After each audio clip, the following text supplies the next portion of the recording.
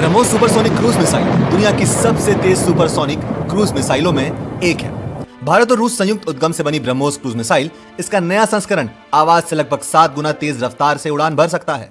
लक्ष्य पर इसका निशाना अचूक है। बेहद असरदार हथियार होने के बावजूद रूस की सेना ने अभी तक इसका इस्तेमाल नहीं किया है। फिलहाल केवल भारत इसका इस्तेमाल कर रहा है। ऐसा क्यों है? आइए इस वीडियो के जरिए हम यह जानने की कोशिश करेंगे। साथ ही हम ब्रह्मोस के बारे में कुछ और भी जानेंगे और यह पता करने की कोशिश करेंगे कि क्रूज मिसाइल किस तरह से काम करती है। हम सभी ने भगवान राम के बाणों की कहानियां सुनी हैं, जिनका इस्तेमाल उन्होंने अपने दुश्मनों को खत्म करने के लिए किया था। दुश्मन चाहे कहीं भी छुप जाए, इनकी मार से नहीं बच पाता। ये उन्हें खत्म करके ही वापस श्री राम के तरकश में लौट आया करते थे। यह एक मिथक है जो अब क्रूज मिसाइलों के रूप में सच बनकर सामने आया है। हालांकि क्रूज मिसाइल लक्ष्य पर निशाना साधने के बाद वापस नहीं लौट सकती। मिसाइल दो तरह की होती है, एक बैलिस्टिक मिसाइल, दूसरा क्रूज मिसाइल। बैलिस्टिक मिसाइलें रॉकेट तकनीक पर आधारित होती हैं। पृथ्वी के वायुमंडल में लॉन्च होने के बाद युद्ध बैलिस्टिक मिसाइल रॉकेट से अलग होकर अपने लक्ष्य की ओर बढ़ता है। बैलिस्टिक मिसाइलें महाद्वीपों में लक्ष्य भेदने में सक्षम है, लेकिन वे पूर्व निर्धारित लक्ष्य से दिशा नहीं बदल सकते। इसीलिए बैलिस्टिक मिसाइलों को दो आयामी यानी 2 डायमेंशनल भी कहा जाता है। दूसरी ओर क्रूज मिसाइलें न केवल पहले से तय लक्ष्य पर मार कर सकती हैं, बल्कि उन्हें खत्म करने के लिए उनका पीछा भी कर सकती है। एक जटिल गाइडेंस प्रणाली के मार्गदर्शन में काम कर रही एक विमान प्रणोदन प्रणाली और नियंत्रण के लिए डिजाइन किए गए छोटे पंखों की सहायता से यह 3 आयामी यानी कि 3 डायमेंशनल सक्षम करता है। कुल मिलाकर कहें तो यह पायलट के बिना चलते एक छोटे विमान की तरह है। पूर्व राष्ट्रपति श्री एपीजे अब्दुल कलाम की अगुवाई में 1980 के दशक में भारत ने अपने मिसाइल कार्यक्रम की शुरुआत की थी। श्री कलाम बाद में भारत के मिसाइल मैन के रूप में जाने गए।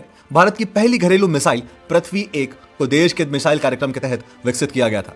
बाद में पृथ्वी की तकनीक पर देश में कई और तरह की बैलिस्टिक मिसाइलें बनाई गई। 90 के दशक में खाड़ी युद्ध के समय भारत को क्रूज मिसाइलों का महत्व समझ में आने लगा। समुद्र में तैनात अमेरिकी जंगी जहाजों ने क्रूज मिसाइलों के जरिए इराक में जबरदस्त तबाही मचाई। इराक के मिसाइल ठिकाने और उनके कमान केंद्रों, बिजली स्टेशनों और राष्ट्रपति के महल को अमेरिका की टॉम हॉक क्रूज मिसाइलों ने पूरी तरह से तबाह कर दिया। जमीन से बच कुछ ही मीटर की ऊंचाई पर उड़ान भरने की वजह से साधारण रडार इनकी टोह नहीं ले सके। इन मिसाइलों की बदौलत अमेरिका इराक के सुरक्षा घेरे को तबाह करते हुए उस पर बहुत भारी पड़ा था। अमेरिका की इसी सफलता को देखकर भारत भी क्रूज मिसाइल तकनीक हासिल करने की सोचने लगा। इसके लिए भारत उस समय अपने सबसे करीबी दोस्त रूस से संपर्क करने लगा। इस समय रूस के पास सबसे आधुनिक क्रूज मिसाइल थी P-800 ऑनेक्स। लेकिन इन मिसाइलों को खरीदने के बजाय भारत क्रूज मिसाइल तकनीक का अधिग्रहण करना चाहता था। सोवियत संघ के बिखर जाने के बाद से रूस की राजनीतिक और आर्थिक हालत काफी अच्छी नहीं थी। उसे भारत की मदद की दरकार भी थी। यह दोनों देशों के बीच एक संयुक्त उद्यम ब्रह्मोस एरोस्पेस के रूप में सामने आया। इसका उद्देश्य P-800 की तुलना में अधिक उन्नत सुपरसोनिक क्रूज मिसाइल बनाना था।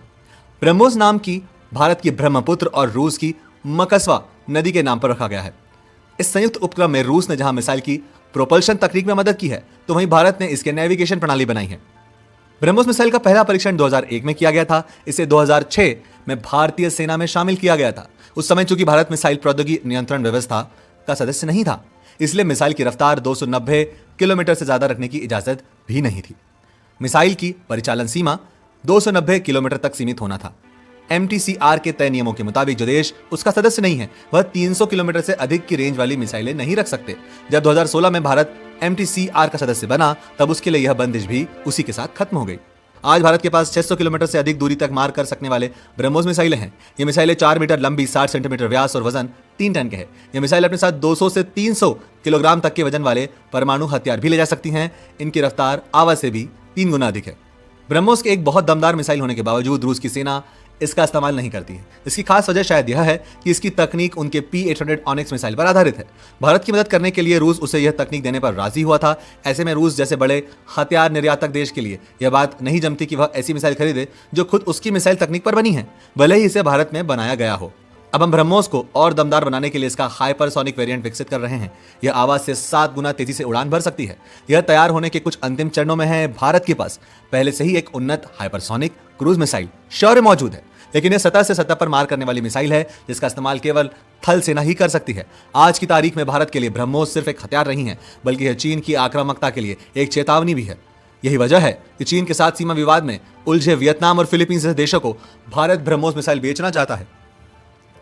हमें ब्रह्मोस मिसाइलों की तैनाती को युद्ध की तैयारी की तरह नहीं, बल्कि देश हित की रक्षा के तौर पर देखना चाहिए।